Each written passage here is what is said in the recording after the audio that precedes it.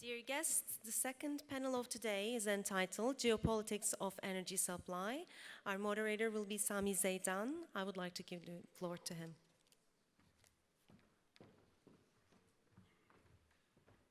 All right, fantastic. Now we'll go straight into it since we got off to a flying start with our next panel of distinguished speakers. Let me invite them up to join us here on the stage. May I have Professor Michael Grubb, Robin Mills, and Aziz Kassim. And once again, just to recap, since it's been a while since we introduced all the speakers earlier this morning, and for those of you who are just joining us, let me just recap. We've got Professor Michael Grubb, who is Professor of Energy and Climate Change at the University College of London. He's also one of the lead advisors to the Government of the United Kingdom on climate issues. Robin Mills, he's the Chief Executive Officer of Qamar Energy. He's also a non-resident fellow at Columbia University in the USA, one of the world's most prestigious academic institutions. And Aziz Kassim, Vice President of Development for Excelerate Energy. And as you may know, Excelerate has pioneered floating regas LNG import terminals, which is changing the way that countries can import and store their LNG. I think you'll agree with me, we have another brilliant panel of speakers up here who represent not only sharp thinking, but actual input into the real world of running and shaping and influencing the world of energy. So I'm absolutely delighted to have them here with us today. They have a lot to share. We will have afterwards a few minutes for questions and answers. I'd like to encourage everyone, don't hold back, don't be shy to bring forth your questions. It often is the best time of a session when we get to exchange ideas. So without further ado, let me invite Professor Grubb to kick things off with us and come up to the podium and address us. He'll be addressing us on the role of technology in climate change. That's something we've already kind of touched upon today. Looking forward to hear more. Let's welcome him.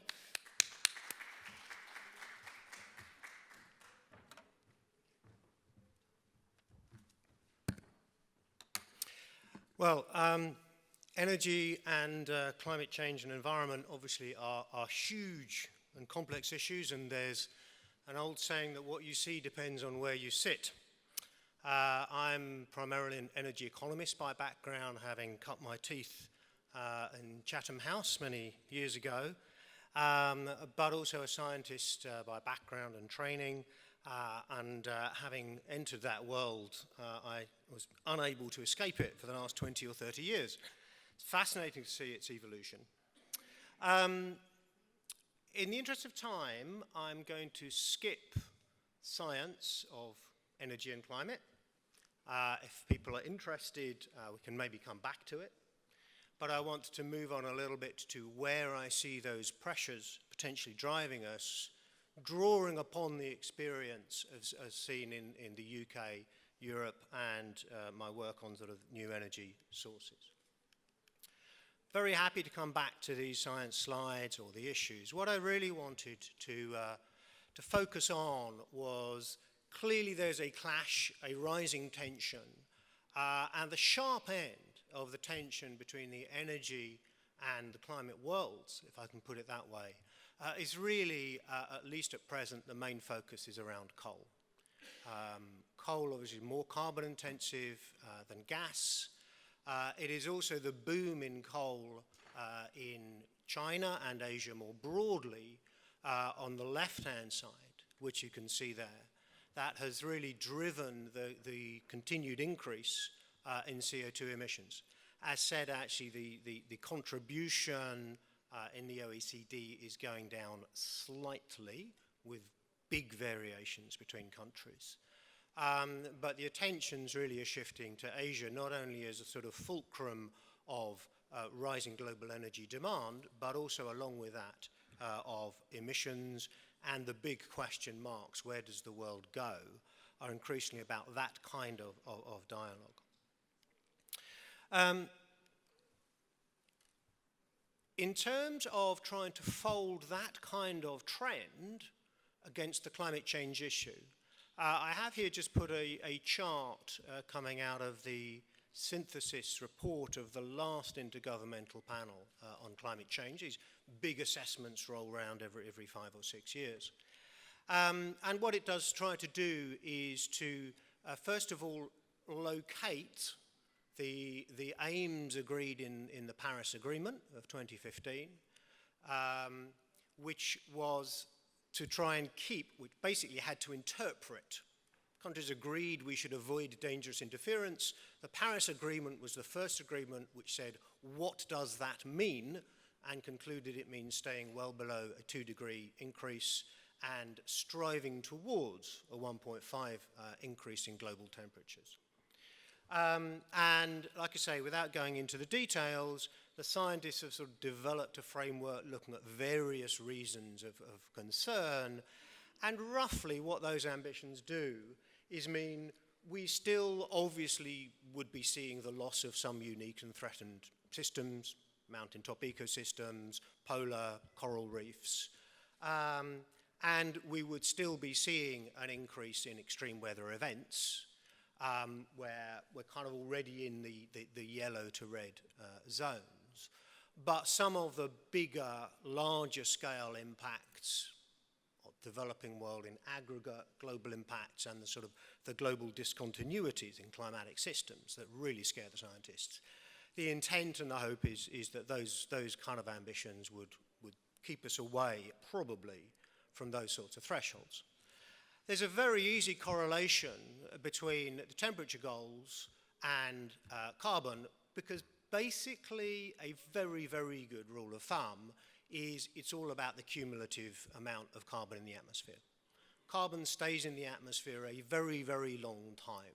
I mean, there's continual exchanges and some absorption, but by and large, half of the carbon we emit will still be there a century from now. And it's the cumulative carbon that drives the radiative trapping at the surface, which drives the temperature. So all of the models show roughly a straight line between cumulative carbon and temperature. So the Paris goals basically are consistent with having a total injection of about 3 billion tons of carbon. 3,000 billion tons of carbon. Total over history.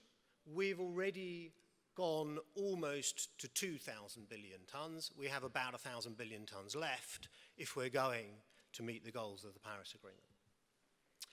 Now, we're already emitting about 40 a year, which means actually that's about 25 years, which then results in these kinds of scenarios, which says you really need to change course and fast and get global CO2 down to at least 50% below present levels, if not more, by mid-century, and then down to net zero. The Paris Agreement also recognizes the entire scientific logic says you have to get to net zero this century, otherwise you just don't stabilize the atmosphere or climate. In terms of how you think about this problem, there's lots of different ways, but it is quite clear it is a very, very challenging problem from a geopolitical and social standpoint. The economists call it the biggest market failure in history because the damage is not priced in markets. It's a perfect moral storm about our own responsibilities towards other countries, future generations, our children's generations.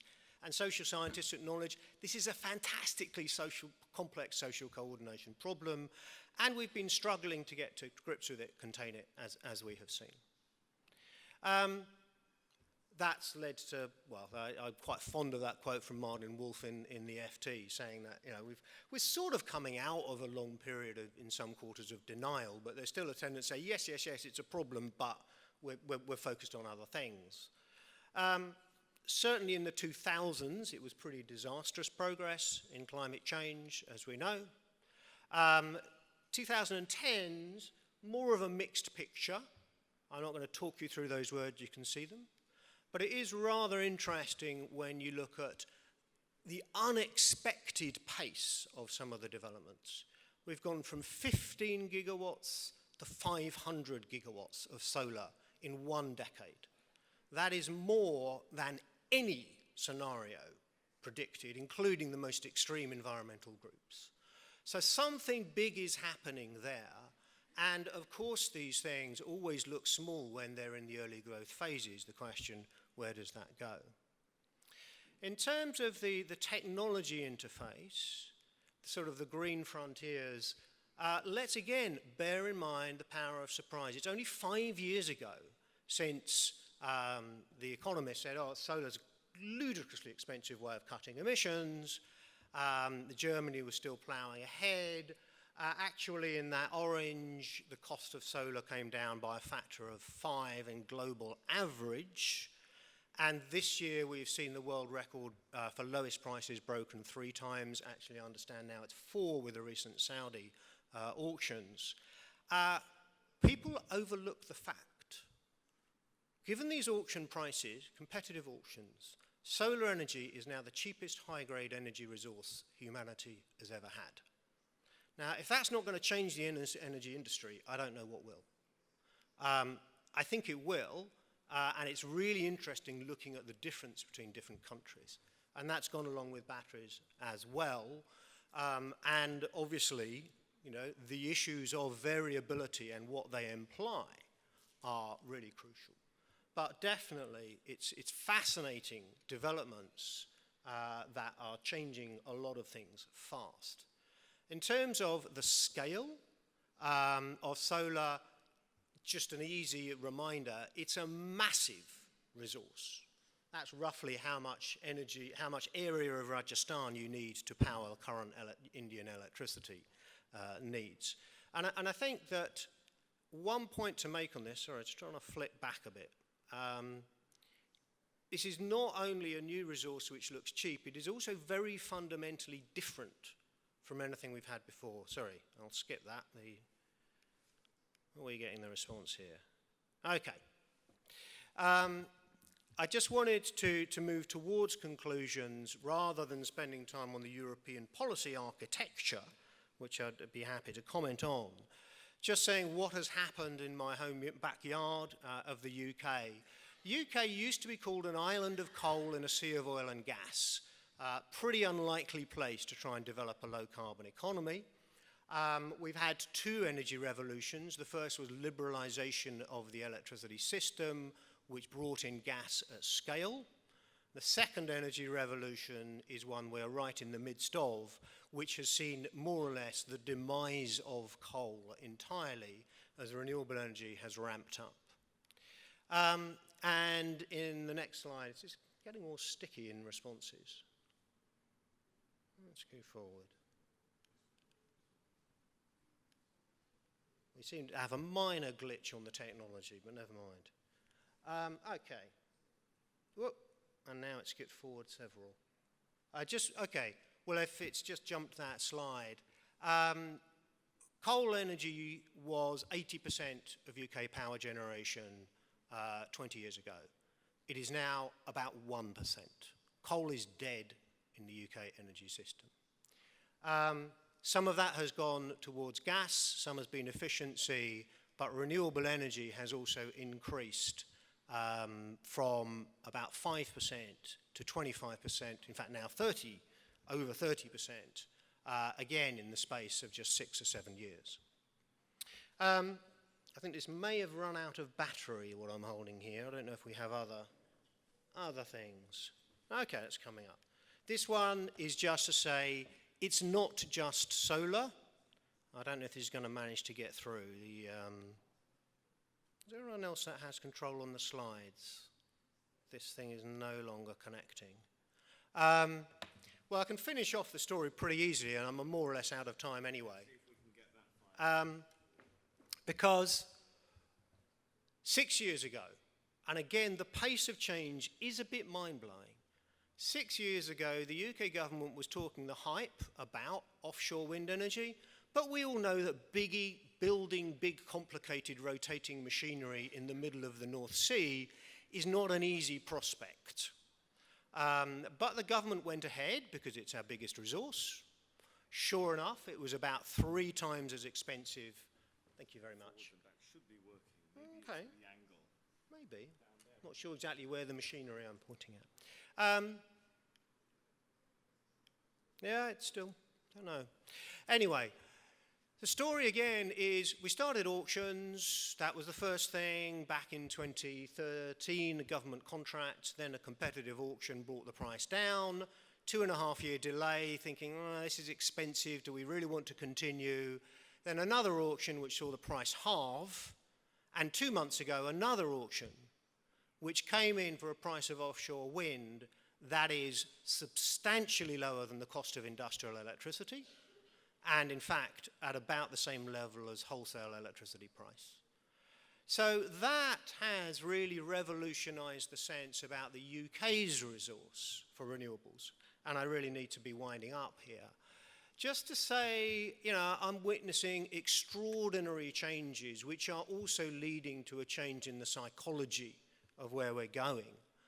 When we effectively now see offshore wind in the North Sea as something that will be as economically valuable as offshore gas has been. My final remark, and this is a sort of concluding thought, is UK's more or less out of coal, and that is clearly irreversible. I think the UK will get out of oil, and in that I disagree with Cyril. But not gas, at least not in my lifetime. And I think the reason, we've got out of coal for 2 reasons. Energy security, sounds odd, but miners strike, etc., and climate change. I think we'll get out of oil not primarily because of climate change, but because of air quality, reputation of the diesel scandal, and because electric vehicles are now cleaner, quieter, better, and actually cheaper, which is why governments are rapidly removing the subsidies. And with innovation and the changes we see, and some concerns about the geopolitical context, I think that is basically what will drive this transition through electricity and transport. And the big questions then are, what happens with the rest? What is the role of gas? Is it pipelines? Is it LNG? Does it get decarbonised at ports into hydrogen and so forth? But to me, those are now the big questions over the energy future as I see it from where I sit. Thank you very much.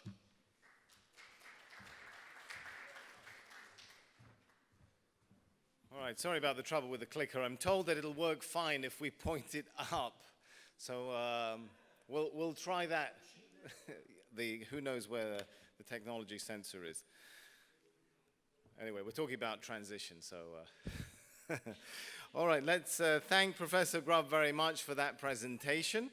And let's invite up to the podium now Robin Mills, who's going to address us on the future of gas in a decarbonizing world. Come up, please.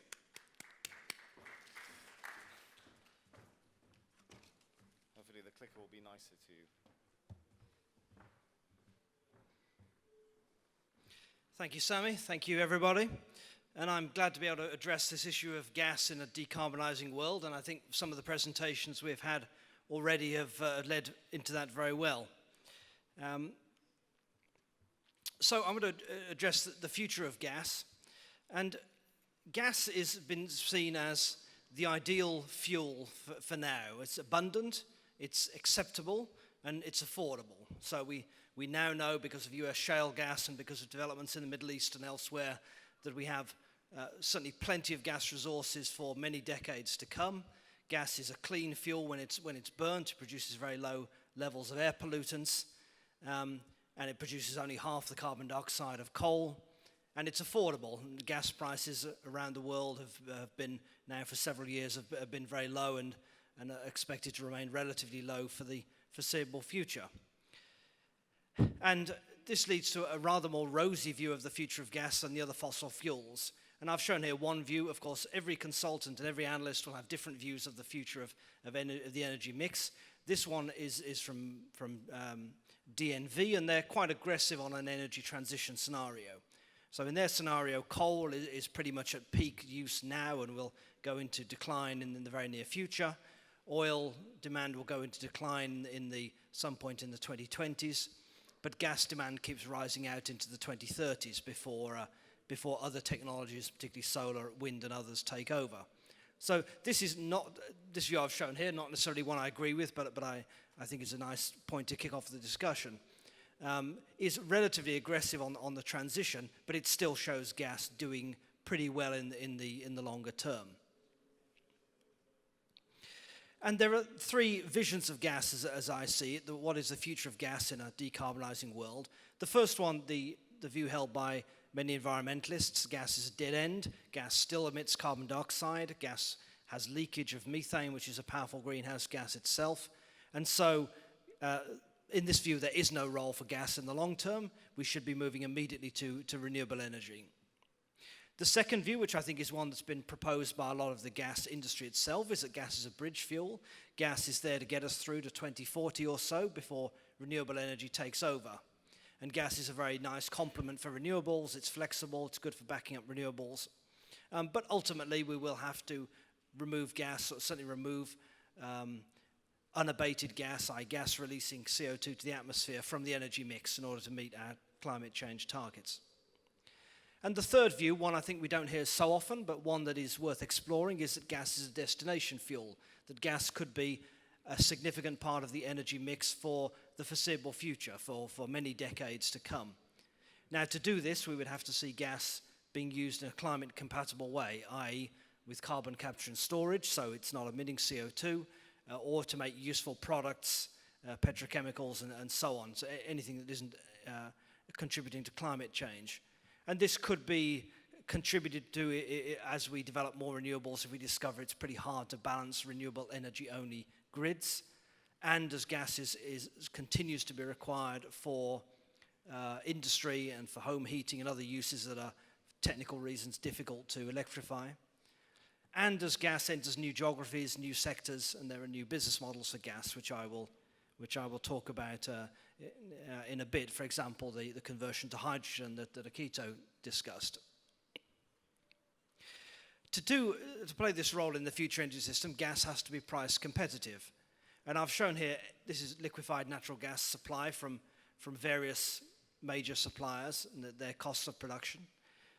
Some of this is the feedstock of gas production. Then there's the liquefaction cost, and then there's the transport cost to get it to East Asia, which is the major market. And my colleague Jonathan Stern at the Oxford Institute, who Michael knows very well as well, has done a lot of work on looking at the competitiveness of LNG, and he argues that LNG, to be competitive, has to be delivered to high-income markets at about $8 per million British thermal units, and to low-income markets, let's say India, at about 6. So can these LNG projects deliver gas somewhere in that price range? Well, yeah, most of them can, but not all. And some of the major new developments we're looking at, for example, in East Africa, certainly places like Australia, they struggle to be cost competitive in that range. So in other words, to be cost competitive and to have its role in the energy mix, gas has to be relatively cheap, and certainly the higher cost projects around the world, their costs have to come down further. So gas can have its role, but the gas industry is under big pressure to contain its costs and even reduce them further. Gas is at the center of globalization, energy globalization. We hear a lot about China's Belt and Road Initiative. That's this ambitious plan to tie together Eurasia and the Indian Ocean region through pipelines, roads, rail, fiber optic cables, and so on, and oil and gas infrastructure, ports and pipelines and LNG plants is a big part of that. And the Middle East, of course, a particularly pivotal part of this because of its control of the major sea routes from East Asia through to Europe, and its own very large oil and gas resources. However, the more even that we talk about these new developing gas markets, the more traditional markets remain key as well. So this is a view for the international trade of LNG and pipeline gas over the next 20 years or so. And we see a very major growth in developing markets. So we see India particularly growing. We see, of course, a lot of growth in China, which is continuing. So China's use of gas in its primary energy supply is about 7%. Globally, the figure is about 25%. And yet China has recently become the world's third biggest gas market. So China could quadruple its gas market, and still it would only be at the world average for gas use. And cleaning up air pollution is obviously a critical part of this program. India, I think, has some more constraints, but India, of course, we hear a lot about Indian air pollution, and India too has a great room to grow gas in its energy supply. And then other Asia, we don't hear so much about this, but when we add up countries such as Pakistan, Bangladesh, Indonesia, Vietnam, Philippines, these are all large countries with 100 million plus population each, and they add up to, by 2040, a very large gas market themselves. And then you can add Africa or so on, which is a longer term and an emerging market. Pipeline gas, the more traditional way of delivering gas to markets, is seen to grow, but not nearly as much as LNG. So this is talking about new gas, accessing some of the new gas markets by geography. And then we can think about new gas markets by sector as well.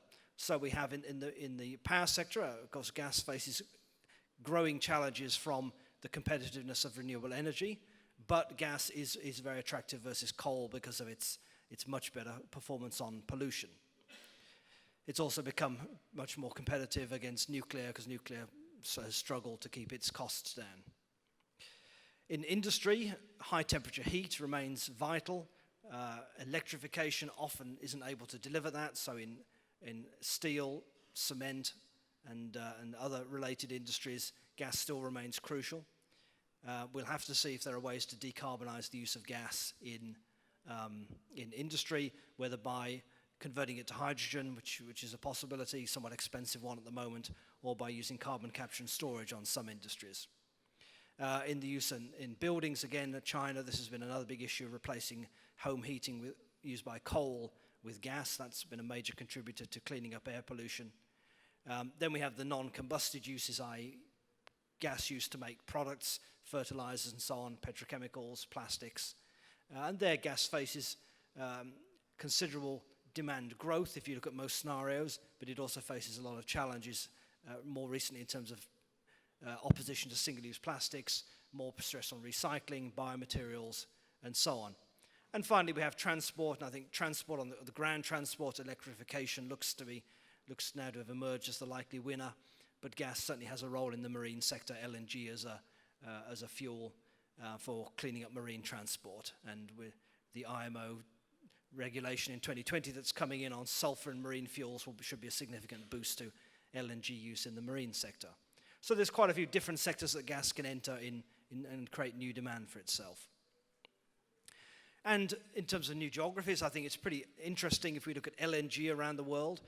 Pretty much every country in the world with a coastline that doesn't export LNG is looking at importing LNG if they don't already. And this includes now not just Europe and East Asia, but includes most of Latin America and even quite a few African countries. And there's a lot of challenges to getting LNG into Africa, but you still see countries such as Ghana, South Africa, Kenya, and so on looking very seriously at LNG imports. So there's a growing market potential there. When we look at the European case, I think the question of gas decarbonisation is particularly tense in Europe, and gas is coming under increasing challenge there.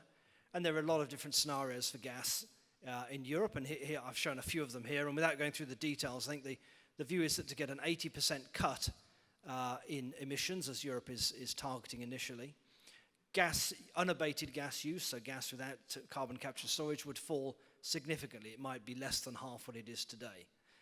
However, there are scenarios where Europe is still using about the same amount of gases by 2050 as it does now. So not necessarily natural gas, but synthetic gases. That could be biogas, biomethane. It can be gases made from using electricity from renewable power to create synthetic gas. And it can be hydrogen, a clean fuel, which is either made from natural gas, as Akito described, or made from electrolysis of water with renewable energy. So there are scenarios in Europe in 2050 where we're using rather little gas, but there are scenarios where we use almost as much gas as we do today, only we're using it in different forms and non-carbon releasing forms. And gas producers are creating new markets and new business models, more flexibility in contract terms, partnerships between buyers and sellers, and strategic partnerships between national oil companies and international firms. And this is an important way for NOCs with large gas resources to safeguard the future of that resource. There are still, I think, challenges on the environmental benefits and cost benefits of gas. So What I've shown here is if you had 5 billion to spend in East Asia on power, what's the best way to spend it? If you spend it on coal, you get a lot of power, you get a lot of pollution. If you spend it on renewables, you don't get quite as much power, but you do get much less pollution. If you spend it on gas, you're somewhere in the middle. And if you spend it on gas with carbon capture, you don't come out as well. So if we're to use gas with carbon capture and make it absolutely clean, the costs have got to improve. At the moment, spending money on carbon capture, we would not get as much power, and we would still get more pollution than going for renewables. So CCS is a key area of research and development and deployment for major gas producers and gas resource holding companies and countries if they're going to safeguard the future of their product.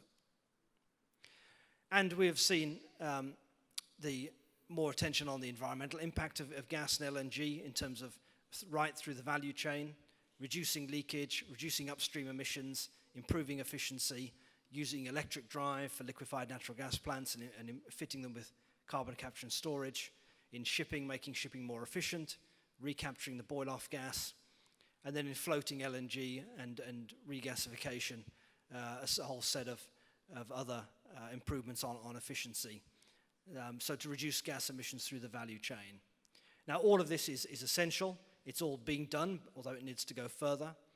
But this only answers a half or perhaps a third of the question. And the bigger question is, how do we produce decarbonized gas in the long term over the next few decades? It's going to be clean, acceptable, affordable, as I put it earlier.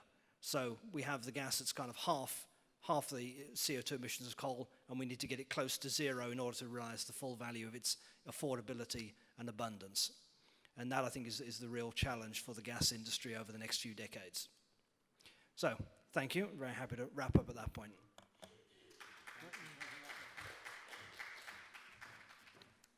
Wonderful. And you've left us also with a question there, perhaps to explore in question and answers about that transition of decarbonizing gas and how likely and possible that is. Very interesting. So once again, just want to remind everyone we are approaching question and answer time shortly.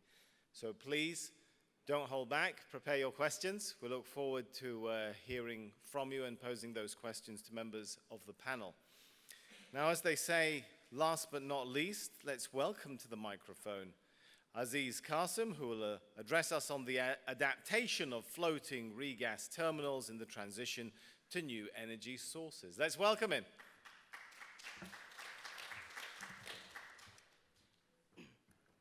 Good morning, everyone. Thank you, Sami. In my slides, I'm not going to focus on the mix of energies, but I'm going to focus mostly on the development of the regas import terminals and where we are, where we see a lot of countries has been going forward. Just a disclaimer.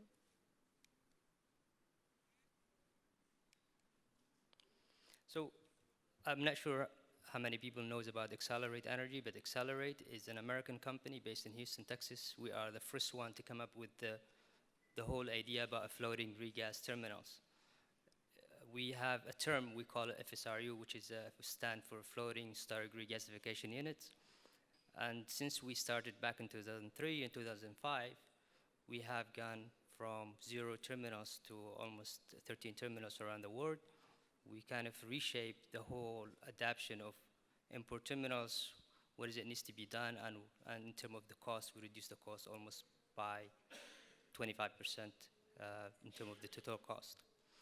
So far where we are is, the company is based in Houston, but we have places in Argentina and Brazil and a lot of different places, and we have done more than 7 BCF per day in terms of regas send-out capacity. In terms of how much we have done from the experience point of view, there's about 29 years, and we have already done more than 1,700 ship-to-ship transfer from one vessel to the others, and this has been adapted, as I mentioned, in a lot of different places. This is just the terminals we have done around the world. The first one was, the whole idea about Excelerate was actually to bring LNG to the United States, and this is before the shale gas development. And it was about to take an arbitrage between the United States and the UK in terms of the pricing. And And the whole beauty about floating regas terminals is it's cheaper, and also everything is actually inboard the vessel itself. So you can transfer the vessel and move it to somewhere else. So what we did back in 2008, when the whole shale gas development came up, we moved to Argentina as well as Kuwait. These are the two first terminals when we moved in. And a lot of people will be surprised to see Kuwait is one of the import of LNG import terminals. It's just not because they do have a lot of gas, but they used to burn a lot of oil. And it helps them to adapt the FSRU to use it during seasonal demand during the summer, because they are using a lot of that oil back then. But as we see, a lot of these countries, they are using the FSRU just in a way for them. Each country is different, and they have different reason why they needed the FSRU. Best example for that, I would say, the terminal in Hadira, which is in Israel, they use it as a backup for security reason as well. And countries like Pakistan and Bangladesh, it's completely different, and it was the best, most economical for them to adapt that technology. I thought maybe I should start with this slide, but a lot of my colleagues already presented this in more details. But it's incredible to see how the gas development has been and how is it going to go. But we see the demand natural gas will grow by 64% by 2040, and will still dominate a lot of the power generation mix. But also we need not to forget that there's a lot of power generation is going to increase as well. So the gas sector will continue to grow, or at least maintain its presence in the fuel mix. In terms of floating liquefaction, this keeps changing over and over. This is without the recent announcement of Qatar Petroleum adding more trains just recently. But as you can see, the incremental capacity that we are expecting going forward is going significantly. Just last year alone, we reached about 319 million tons in 2018, which is enough really to power around 643 million homes. LNG imports increased by 27 million tons back into the last year, and we are expecting this year to go by another 35 million tons.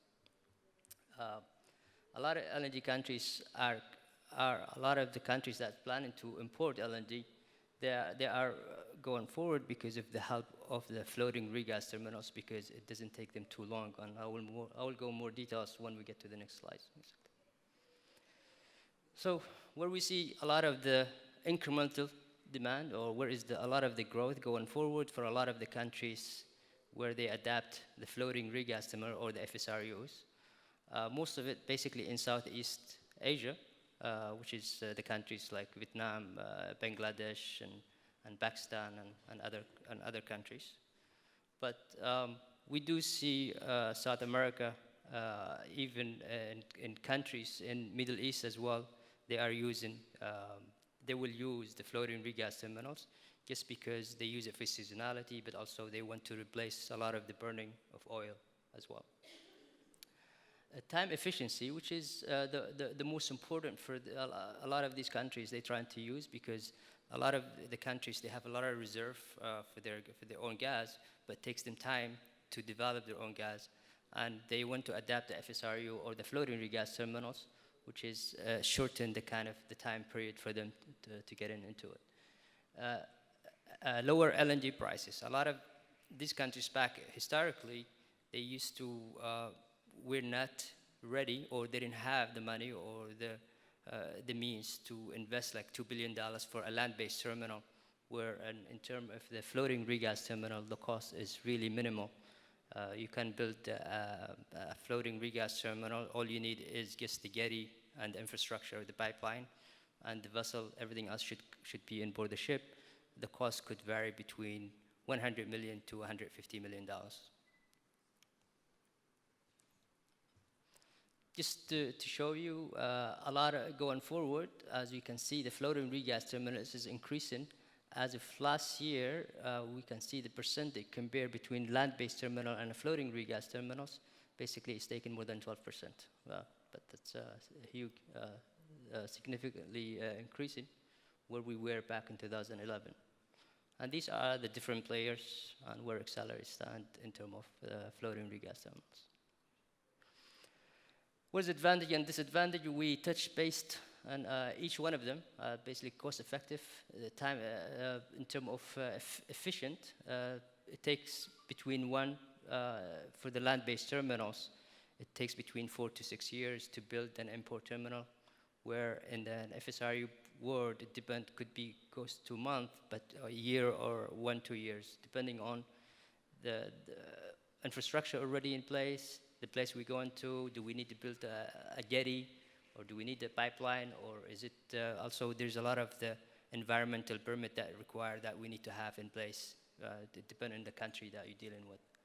But also minimal footprint. This is really important from an environmental point of view as well, and that could help, and how this is why we need that transition from for this kind of infrastructure for renewables going forward. Some of these countries, they may need to switch back to renewables after 15 years if they develop their own gas, or they want to switch back to solar. Also reduce the design and also quick identification of long-term leads. Still have 2 more minutes. I'll go in more details. But I want to go back a little bit just to show you how the adaptation of these FSRUs has been adjusting going forward. In the beginning, we already touched based on, they used to use it for seasonal demand, or maybe for a few months, only when the gas was really at the peak.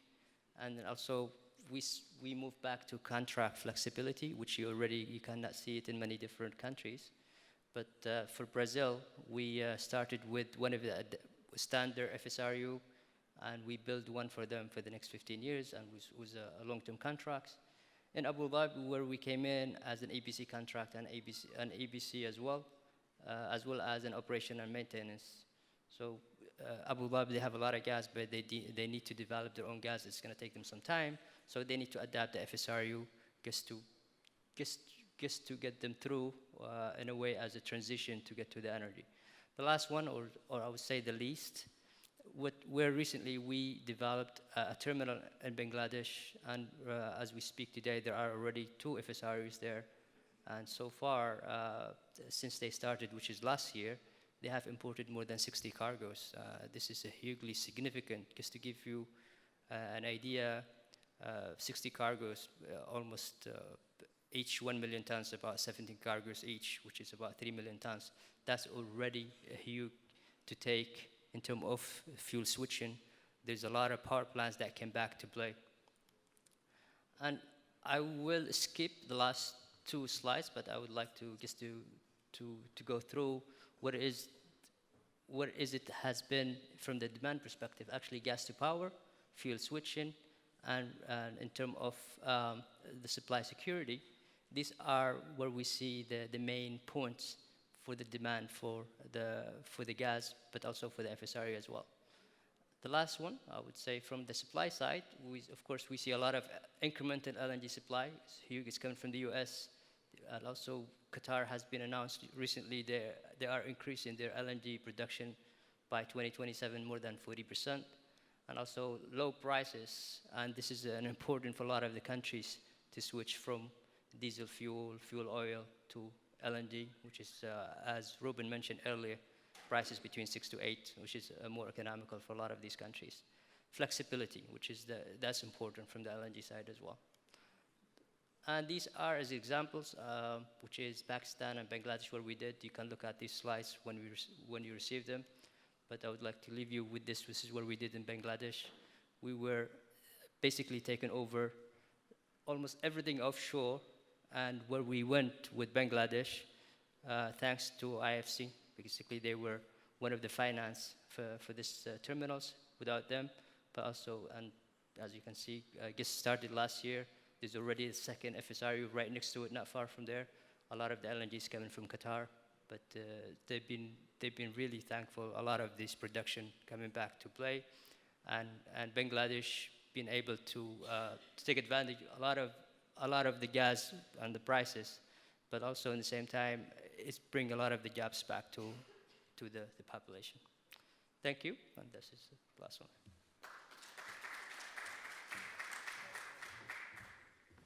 Thank you very much, Aziz. All right, that concludes our initial round of speeches for the second session in this panel discussion. And it's been a delight hearing from all of these gentlemen who, I'm sure you'll agree with me, represent not only a wealth of experience in terms of intellectual ideas, but also practical experience in shaping what is happening today and, in fact, the world of tomorrow when it comes to energy and the transition. It's now that time where we can take questions from the audience. So if anybody has a question, I'll ask you to please put your hand up and we'll get a microphone to you. Please state your name and your professional affiliation. And do we have any questions then? Okay, the lady in the front. Yes, my name is Grubb. I'm going to ask you a question that has absolutely nothing to do with the different forms of energy that you have discussed. My question is as follows. Are free energy magnetic generators possible or not? You know, energy produced via magnets. I've read a couple of articles that says that for small utensils this is possible, but can we generalize this for larger ways of producing energy, the use of magnets? Thank you. All right, free magnetic energy generation, is that a possibility? Perhaps Professor Michael would like to have a stab at that. I guess in my career I've heard lots of ideas and claims about free energy sources. Magnets don't generate energy unless they're moved when they generate a current. So I think what you're talking about is probably systems which can generate a small amount of electricity just from human or other movement, like you're walking or a wristwatch which self-generates. And that's entirely feasible, but it's not going to generate bulk power. And I think that goes for some of these other ideas. As we know, one of the most unbroken laws in 3 centuries of physics is the conservation of energy. You don't create energy out of nothing. You have to identify the fundamental source, and all of the magnetic stuff that I've heard of is basically magnets are a way of creating electricity out of movement. All right, I think we have, yes, go ahead, the gentleman in the front row, and then after that, the gentleman with the pink tie will get a microphone to him. Thank you, go ahead, sir. Mithat Rende.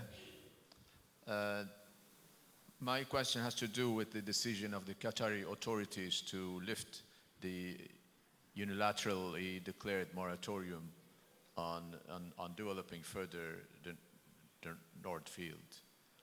You might recall that 2 years ago, the then Qatar energy minister decided or declared that they will expand further their capacity to reach maybe 130 million tons per annum.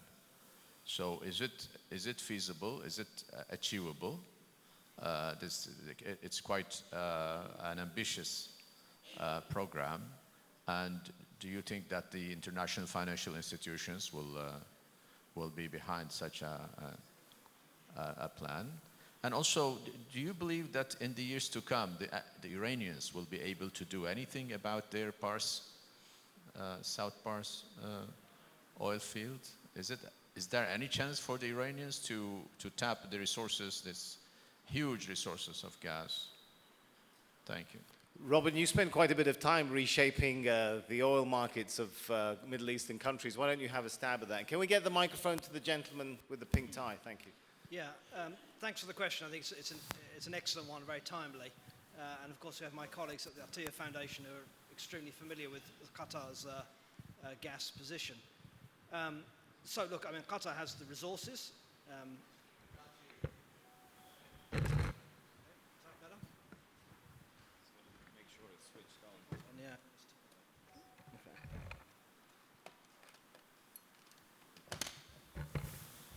Okay, let's try that again.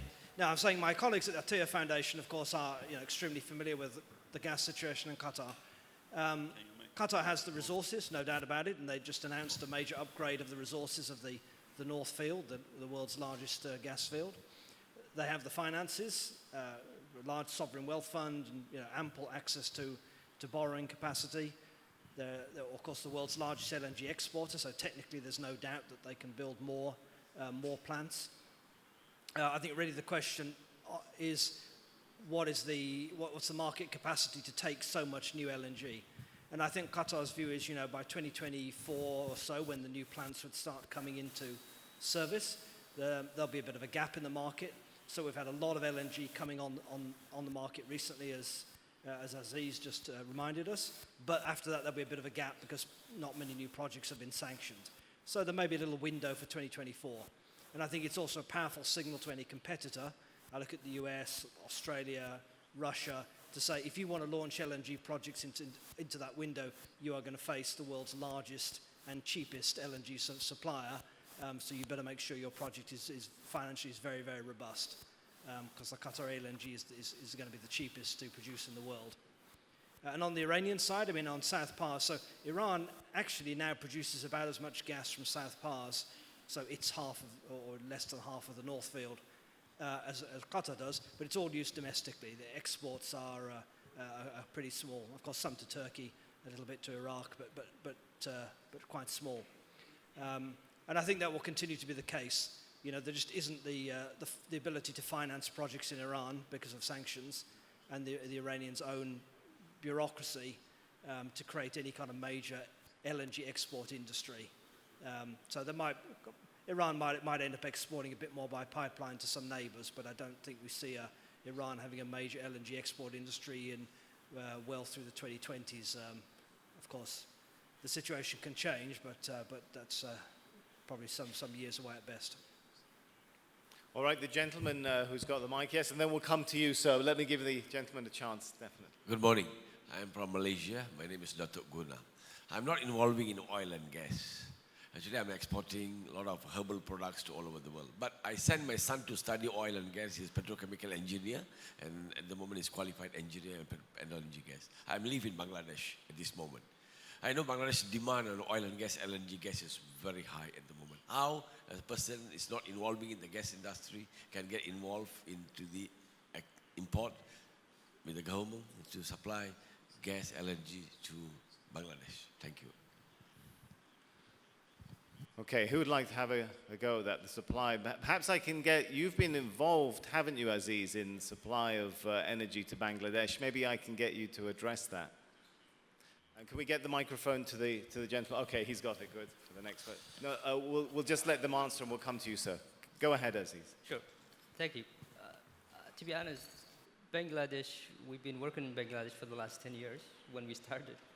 But we found Bangladesh is actually one of the best countries to work with. Petrobangla is one of the most professional, to be honest. Once they understand the efficiency and the economics behind bringing LNG to generate electricity for the majority of the population, we believe Bangladesh, they may need a lot of more import terminals. As we speak today, there's a lot, even thinking about land-based or an FSRU, but Bangladesh is a great place to work with from a lot of different perspectives. So yeah, that's I would say our experience in Bangladesh. All right, the gentleman, please go ahead, sir. Malik Kerimov, Türkiye-Rusya Parlamentolar Arası Dostluk Grubu Koordinatörü Rusya'dan. Ben sorumu Türkçe vermek istiyorum. Sunumcuların her biri cevap verebilir. Borudan yapılan yakıt teknolojisini Türkiye Cumhuriyeti'ne neden Avrupa ülkeleri vermiyor? Borudan yapılan yakıt teknolojisini Türkiye Cumhuriyeti'ne neden Avrupa ülkeleri vermiyor? Bu konuda nasıl? İstenacı veriyoruz, evet. All right.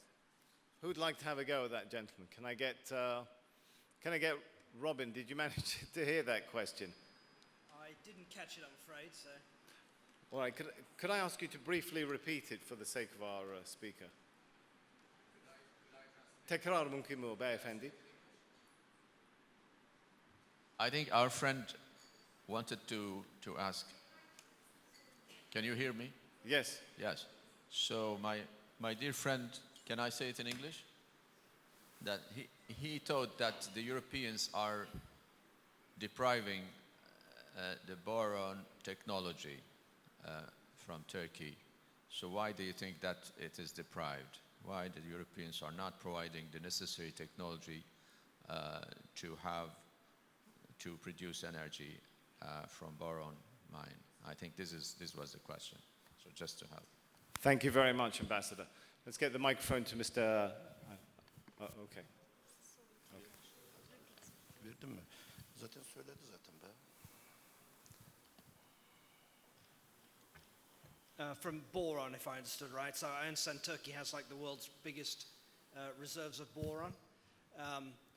I'm not familiar with energy generation from boron, I must say, and I'm afraid I don't know why if the Europeans are trying to block that, why they would do so. So I'm afraid I can't really comment. Michael, have you got anything to... I'm sorry, I'm in the same boat. I don't actually know the issue. It'd be interesting to talk later. All right, did Mr. Ali Rida want to pose a question? Can we get a microphone, please?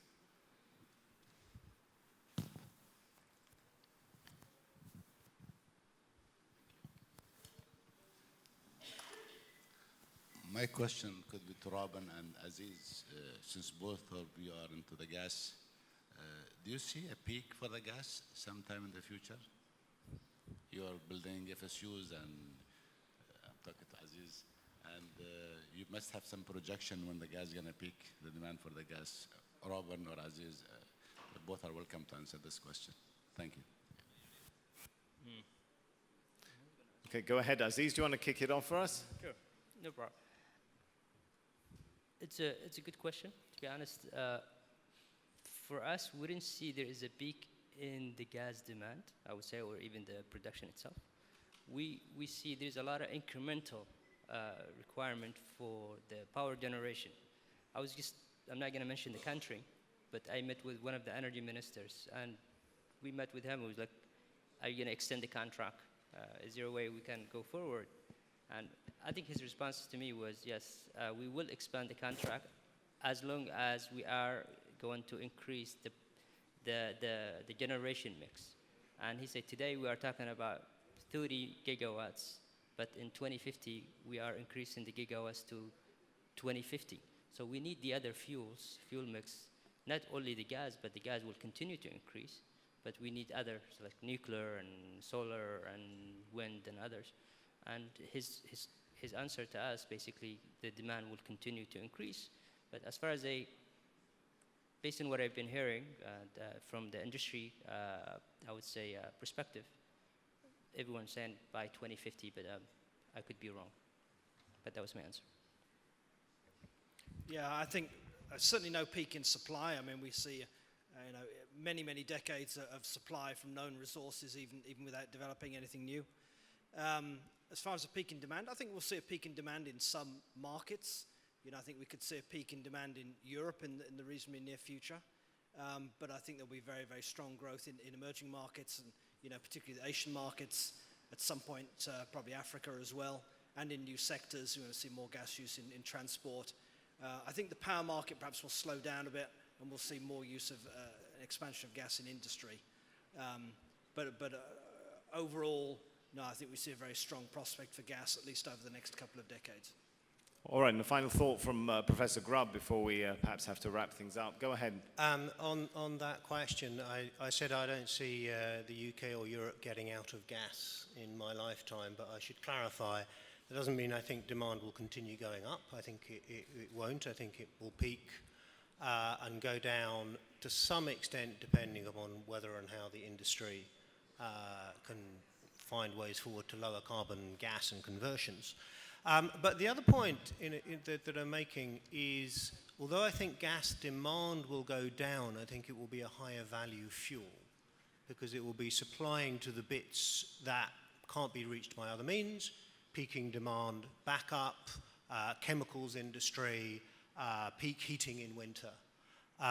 So the volumes can go down, but the value could still go up, at least in terms of the end user. Who captures that value is then a really interesting question. All right, let's give a warm hand of appreciation for our panel. That's been absolutely brilliant.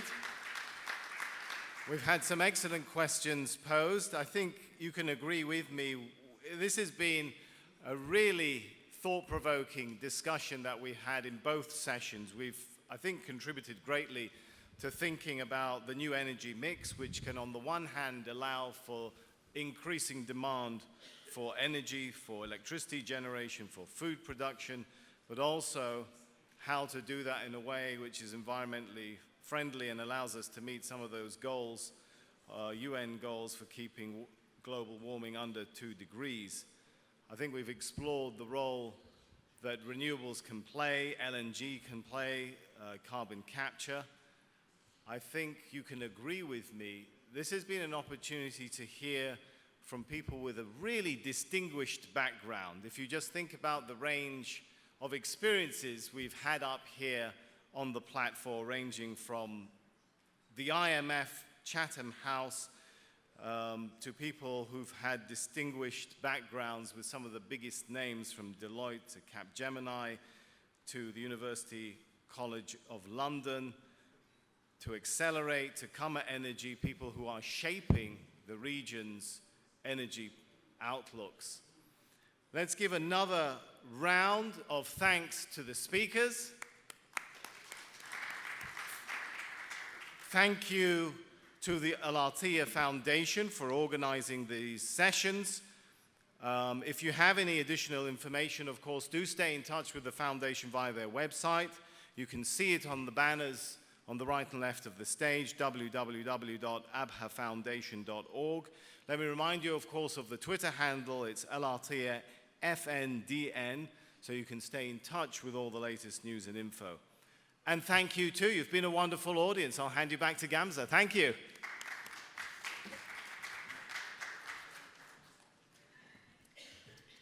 Thank you very much, Mrs. Zeidan. We won't be having a coffee break, dear guests, and we'll be continuing with the panel entitled Investment Climate in Turkey and Future of Investment Management.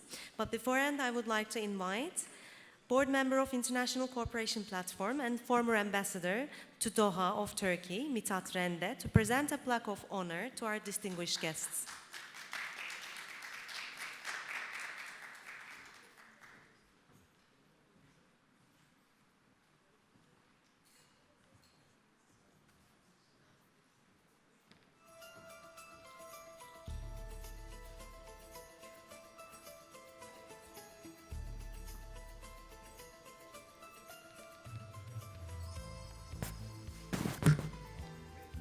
Thank you.